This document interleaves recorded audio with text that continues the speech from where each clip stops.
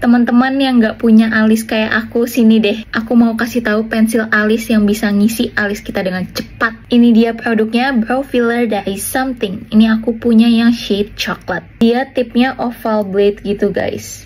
Dan pipih juga nih, jadi pas banget buat ngisi alis. Pertama yang aku lakukan adalah sisir alis kita dulu supaya bentuknya jadi lebih teratur sebelum digambar. Baru langsung kita gambar pakai tipnya ini guys. Bentuk alis kita aja ngisinya.